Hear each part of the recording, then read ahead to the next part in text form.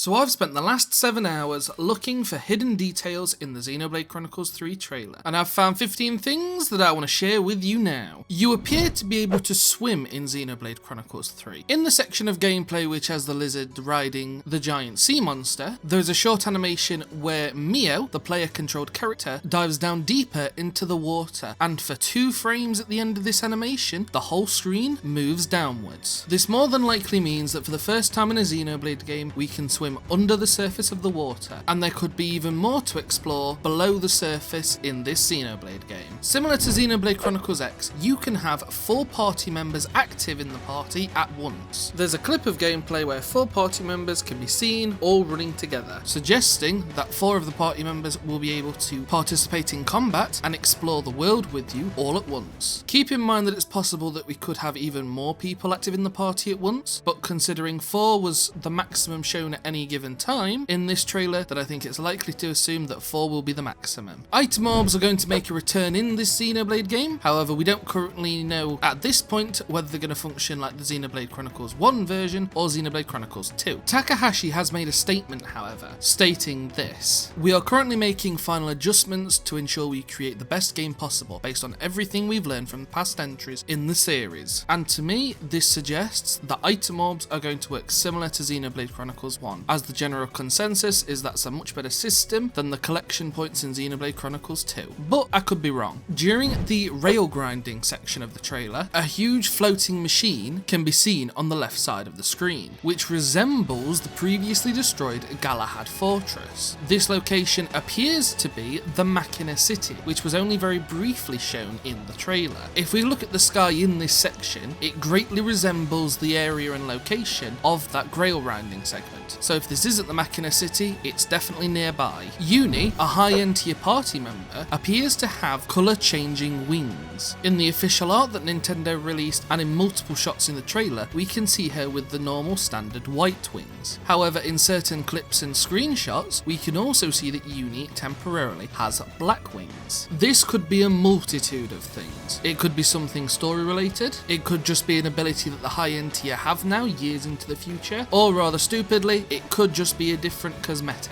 that's applied onto her character. Noah and Mio, the 2 protagonists of the game, are referred to something called an Offseer. These are listed on the Nintendo website as people who mourn the dead, and most of the time when they appear to play, blue cubes appear to be floating off into the sky, and these more than likely will represent souls of fallen soldiers leaving the battlefield. The seer part of their name could also suggest that they have, to some extent, the ability to have visions. However, whether it's into the future or into the past is yet to be determined. Noah and Mio also appear to exchange flutes some point throughout the story. We may potentially get a glimpse of this in one of the cutscenes, as Mio and Noah appear to be about to hand their flutes over to one another. And in another short segment of the trailer, we can see Noah playing a white flute and Mio playing a black one, the same black flute that Noah was playing at the beginning of the trailer and appears to have in his hands in that previously mentioned segment. Uni appears to wield a new type of weapon, which is a combination of both a staff and a gun. Whilst very difficult to spot in the fast-paced trailer, there appears to be a barrel at the bottom of her staff, and in the official art, there appears also to be space for a trigger. This will likely be a new weapon type in the game, and will more than likely be a combination of a staff that Melia wielded and an ether rifle that Sharla wielded in Xenoblade Chronicles 1. The party members from the Kivas Nation all appear to have a symbol on their body. Lance has this symbol on his chin,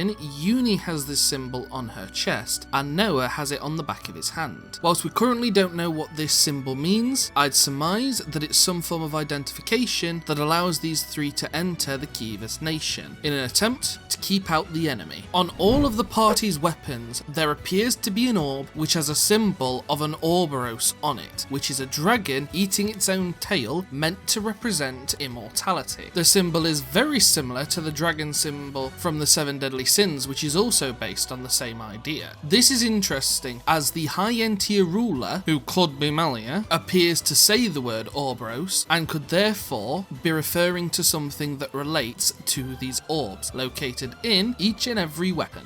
Ouroboros abhor this world. Ouroboros The Mechonis' sword can be seen at the end of the trailer, and for a brief moment we can see that it is plunged deep into the earth. This is notable because A, the Mechonis' sword gets destroyed throughout the story of Xenoblade Chronicles 1, as well as B, the sword appears to completely disappear in the following cutscene. So this could be the last standing place of the Mechonis. The Fog King may make a return within this game. There are multiple shots throughout the trailer that a dark black fog can be seen, ominously swirling around certain locations. In particular, it can be seen swirling around an altar near the rail grinding segment, and can be seen twice near the Lefarian Archipelago ruins, behind the party, and also in front of them. This could be completely unrelated to the Fog King, but it is ominously similar. All of the weapons of the Kivas nation appear to have a weird light on them. These tend to be near the hilt of the sword and blades, or just on the sides of the rifles that they wield. What's strange is that there are many lights similar to this on many of the Kivas soldiers. However, they are complete circles, where this is consistently a half circle. These could be switches to swap between arts, assuming that all of these weapons are like the replica Monados, or it could just be something as simple as an energy meter. But I did think it was noteworthy to add here. So far as I've been able to tell, I've been able to recognise 6 enemy types from the previous Xenoblade games, and they are Bunnets,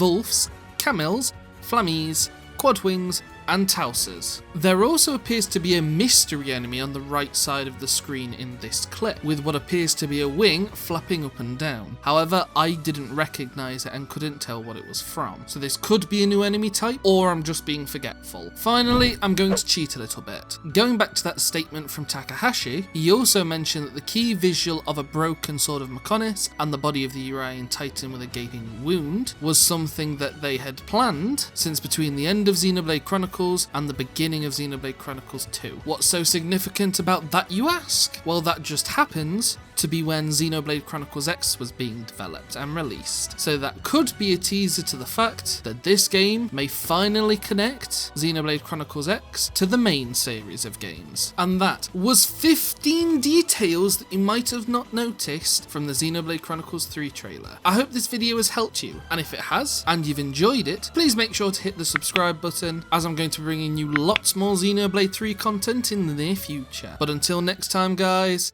peace.